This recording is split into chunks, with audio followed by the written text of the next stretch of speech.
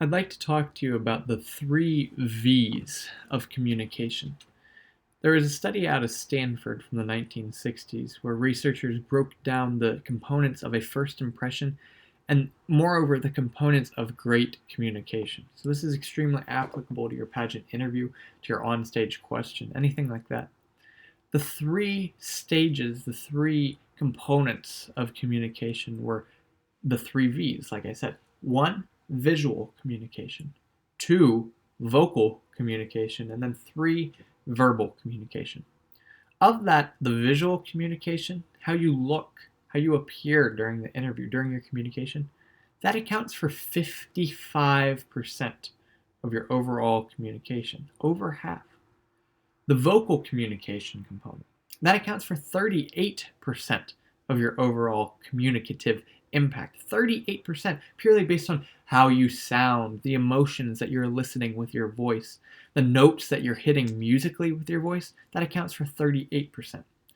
Now that leaves only 7% of your impact, only 7% of your communication and first impression comes from verbal communication. That is the words that you say. So this is fascinating. If you add those first two categories together, the visual, the vocal communication, you come up with 93% of your impact comes from nonverbal communication, purely based on how you appear and how you sound. So if you want to make the biggest impact in your performance for interviews, for onstage question, or even public speaking if you're promoting your platform, please focus first on the visual and the vocal communication, because that's where 93% of your impact is going to come from. So with that, I would like to focus a little bit on visual communication today and just talk about how you might improve it. Here's an important fact. When you make intense eye contact with someone, not creepy eye contact, but eye contact that shows that, look, you really care about the person. I'm really listening to you. If you do this with a judge while he or she's asking you a question, it'll have a profound psychological effect on him or her. Because as human beings, even though we're relational and social human beings, think about it. How often do we really have someone intensely, dramatically, intentionally focus on us throughout the course of a day? If you're talking to someone, usually it's, okay, TikTok, social media feed, whatever, okay, but still listening, half listening, right? But how often are you even talking to anyone like that? A lot of times we're just in isolation. So if you show someone that you genuinely care about them, that you genuinely are interested in what they have to say, they are far, far more likely to like you. Because it's just such a good feeling. It's such a good feeling to be heard, to be known. And you can convey that with eye contact, by leaning in a little, by having that intense visual eye contact. I'm listening to what you say. I'm listening to your question. I'm even affirming it with a slight head nod.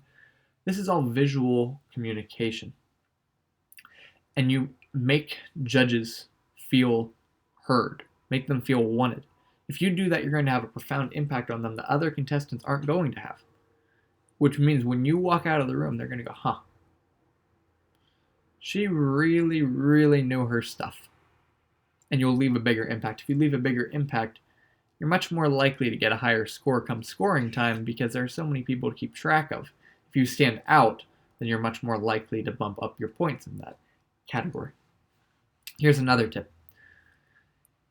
Genuine, warm smile. Why? Why should you focus on a smile even while you're listening? When you're listening to a question, nodding along like this, maybe even furrowing your eyebrows a little bit, but just with very vivid facial expressions that show your care, that you're interested, that you're warm and friendly. What happens? What happens when you smile? We have mirror neurons in our brain, and that just means that we're likely to mirror someone that we see. That's part of why so much communication is visual, 55%. So when you smile at someone, they're much more likely to smile back at you. When you smile, might release dopamine in your mind, might release just those feel-good hormones. Again, if you get the judges to feel good, you're going to be more memorable. They're going to be in a better mood to give you a higher score as well. Here's an example of this. In high school, there was a girl that I liked, and she came up to me after school one day. I was at my locker, and she kind of leaned up against the locker just like this, and leaned her head up against her hand in the door, and started talking to me, and I thought, wow, this is great. Like, what's going on here? So I leaned up against my locker, looked at her, and had a great conversation.